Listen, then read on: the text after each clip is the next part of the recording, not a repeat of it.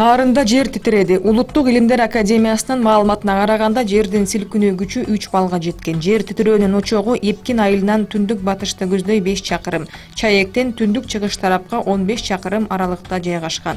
Силкинүүнүн очогу Башкууганды, Эпкин, Байзак, Таш дөбө, Түгөлсай, Куйручук, Чаек, Чоң дөбө, Актатыр айылдарында 3 бал болуп сезилген. Кыйроо жана жабыркагандар туурасында маалымат жок. Ош шаарында бир күндө 3 жол кырсыгы катталып, 9 адам ооруканага түштү. Бул маалыматты Ош шаары боюнча жол кыймылынын коопсуздугун камсыздоо бөлүмү тастыктады. Окуя 29 сентябрь күнү катталган. Биринчи жол кырсыгынан 1 адам, экинчи жол кырсыгынан 5 адам, үчүнчү жолу катталган жол кырсыгынан 3 адам жабыркап, ооруканага кайрылышкан. Кыргыз-тажик чек арасындагы ок атышуудан оор жаракат алып, комага түшкөн жаран эсине келди. Бул туурасында Саламаттыкты сактоо министрлиги билдирди. Эсине келген жигит 27 жашта, ал учурда өз алдынча тамак ичип, абалы жакшырып калды.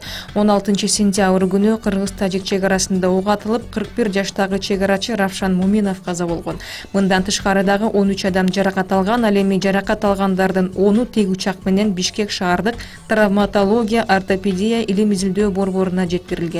Кийинчерээк үч жаран дагы Бишкектеги ооруканага жөнөтүлгөн. Башкы прокуратура каза болгон чек арачынын өлүмү боюнча кылмыш ишин козгогон. Сокулукта аял киши 5 айдан бери кулчулукта кармалып турган. Милиция эч кандай чара көрбөй жатат. Бул туурасында Кактус медиага жабырлануучунун тууганы билдирген. Анын айтымында бир нече ай мурда жоголгон кайнежесин өткөн жумада тапкан. Аны 3 кызы менен Сокулуктагы Шопоков көчөсүндө жайгашкан үйлөрдүн биринде кулчулукка мажбурлашкан. Окуя болгон жерге милиция келип, бардык арыздарды алып, акт түзүп кеткен, бирок ошол күндөн бери кул кылып жумшагандарга эч кандай чара көрө элек. Аял кишини сарайда бутун жер менен таңып камап коюшкан.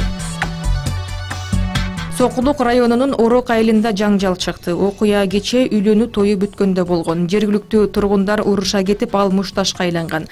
Жаңжалдын жүрүшүндө эркектердин бири куралдан ок чыгарган. Алдын ала маалымат боюнча ок атуудан 1 адам жабыркаган. Бул факты Ленин райондук ички иштер башкармалыгында каттоого алынган.